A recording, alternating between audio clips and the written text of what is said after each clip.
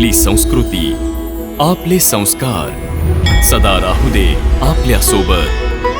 भारताच्या महान ग्रंथांचे आणि काव्यांचे संपूर्ण संकलन. सबस्क्राईब करा तिलक. हे त्रिलोकीनाथ, तुम्ही आवागमन म्हणजेच पुनर्जन्माच्या बद्दल बोलतोय. याबद्दल माझं ज्ञान अपूर्ण आहे. जर तुम्ही पुनर्जन्माची व्याख्या कराल तर कृपा होईल. हे पार्था, या सृष्टीतल्या प्राण्यांना मृत्यूनंतर आपापल्या कर्मांप्रमाणे आधी त्यांना परलोकात जाऊन काही वेळ घालवावा लागतो, जिथे ते आधीच्या जन्मात केलेल्या पुण्यकर्म आणि पापकर्मांची फळं भोगतात.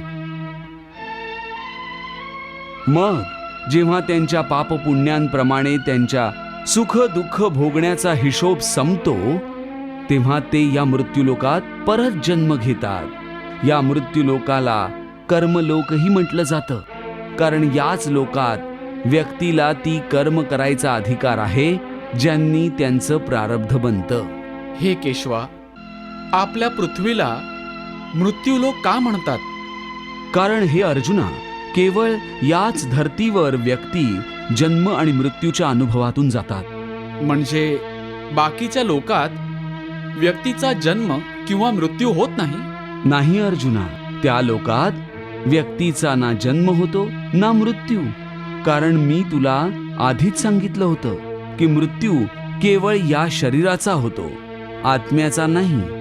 कारण आत्मा ना जन्म घेतो ना मरतो. तू तर हेही म्हणाला होतास की आत्म्याला सुख दुःख सुद्धा नसतात, परंतु आता म्हणतोयस की मृत्यूनंतर आत्म्याला सुख भोगण्यासाठी स्वर्गामध्ये आणि दुःख भोगायला नरकामध्ये जायला लागतं.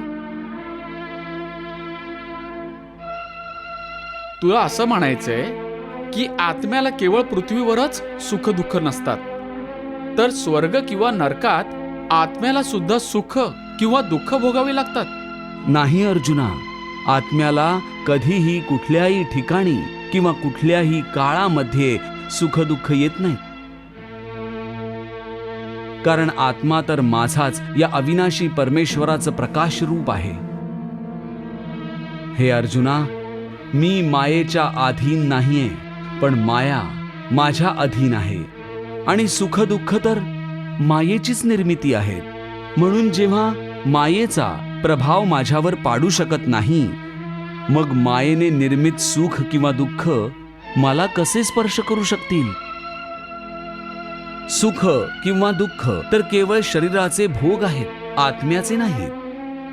हे केशवा, असं वाटतं की तू मला शब्दांच्या मायाजालात गुंतवतोयस. मानलं की सुख दुःख केवळ शरीराचे भोग आहेत आणि आत्मा याहून अलिप्त आहे. मग जे शरीर त्यांना भोगतं त्याचा तर मृत्यू होतो, ते शरीर तर पुढे जात नाही. मग स्वर्गात किंवा नरकात सुख दुःख भोगायला कोण जातं? जीवात्मा. जीव आत्मा? हो पार्था, जीवात्मा. हा जीव आत्मा काय आहे केशवा? हे बघ, जेव्हा एखाद्याचा मृत्यू होतो तेव्हा खरं तर बाहेरचं जे स्थूल शरीर आहे केवळ तेच मृत्यू पावतं. या स्थूल शरीरामध्ये जे सूक्ष्म शरीर आहे ते मरत नाही.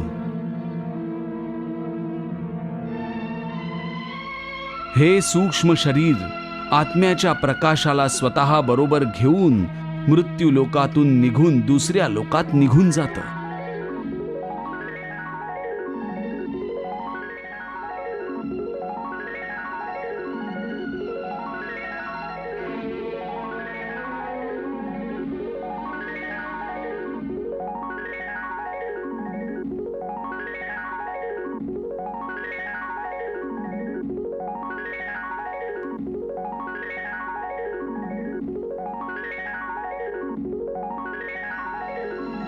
त्याच सूक्ष्म शरीराला जीवात्मा म्हणतात. म्हणजे आत्मा जेव्हा एका शरीराला सोडून जातो तेव्हा बरोबर जीवात्म्यालाही घेऊन जातो? नाही अर्जुना, ही व्याख्या इतकी सोपी नाहीये. हे बघ, जसा समुद्रामध्ये एकही थेंब समुद्रापेक्षा वेगळा नसतो. त्याच महासागराचा एक हिस्सा असतो. तो थेंब स्वतःहून सागराच्या बाहेर पडत नाही. पण जर कोणी त्या थेंबाला पात्रात भरून घेऊन गेलं तर तो सागरातून वेगळा दिसतो. अशाच प्रकारे सूक्ष्म शरीर रूपी जीवात्मा त्या आत्मज्योतीच्या अंशाला आपल्यामध्ये घेऊन आपल्या बरोबर घेऊन जातो.